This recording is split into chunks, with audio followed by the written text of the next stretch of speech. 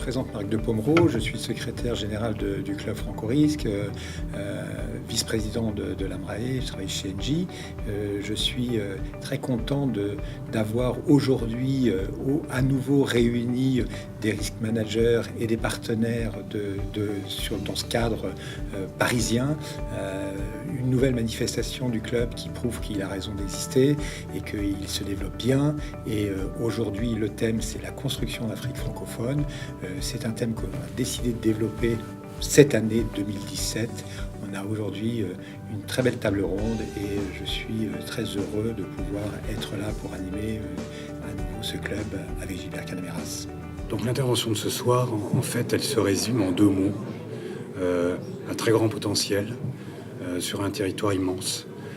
Et c'est ce que j'ai essayé un petit peu de dérouler tout au long de la présentation, avec ce contraste de complexité de ce supracontinent et en même temps la potentialité qu'on peut trouver sur ce marché de façon générale et en particulier sur le marché de l'assurance. Donc le Maroc a voté en septembre 2016 l'obligation des assurances liées à la construction, à savoir la tout risque chantier et la RC décennale, ainsi que la création d'un contrat-programme pour la prise en charge des risques de catastrophes naturelles et de terrorisme.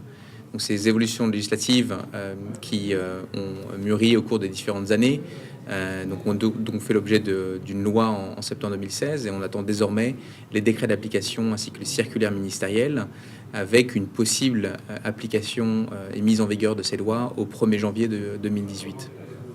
Moi, ce que je voulais simplement dire, c'est qu'en Afrique de l'Ouest et principalement en Afrique francophone, on est face à un marché en pleine évolution. Je pense que ça a été bien vu ce soir. Et que voilà, il faut simplement s'entourer de bons acteurs. Il y a une multitude d'acteurs et dont certains vont tendre à disparaître, je pense, avec les récentes réformes. Donc voilà, donc le maître mot, c'est quand on a des risques à placer sur la zone CIMA et l'Afrique francophone en général, c'est de bien s'orienter, d'avoir un interlocuteur, un courtier de réassurance, je ne sais pas, qui puisse sécuriser vos garanties, parce que voilà, on est face à un marché en pleine évolution. On ne sait pas comment ça va évoluer dans les mois à venir et les années à venir d'ailleurs. Donc voilà, donc bien s'entourer, je pense que c'est le maître mot ce soir et suivre les évolutions réglementaires de très très près. L'avenir de l'Afrique passe effectivement par non seulement des évolutions réglementaires aujourd'hui, mais surtout un futur très très prometteur avec des développements en construction et évidemment sur l'assurance construction qui sont évidents de par le futur, notamment d'évolution démographique et de besoin d'infrastructures de la zone.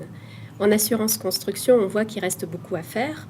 Suivant les pays, on a des législations, voire des obligations contractuelles qui divergent grandement.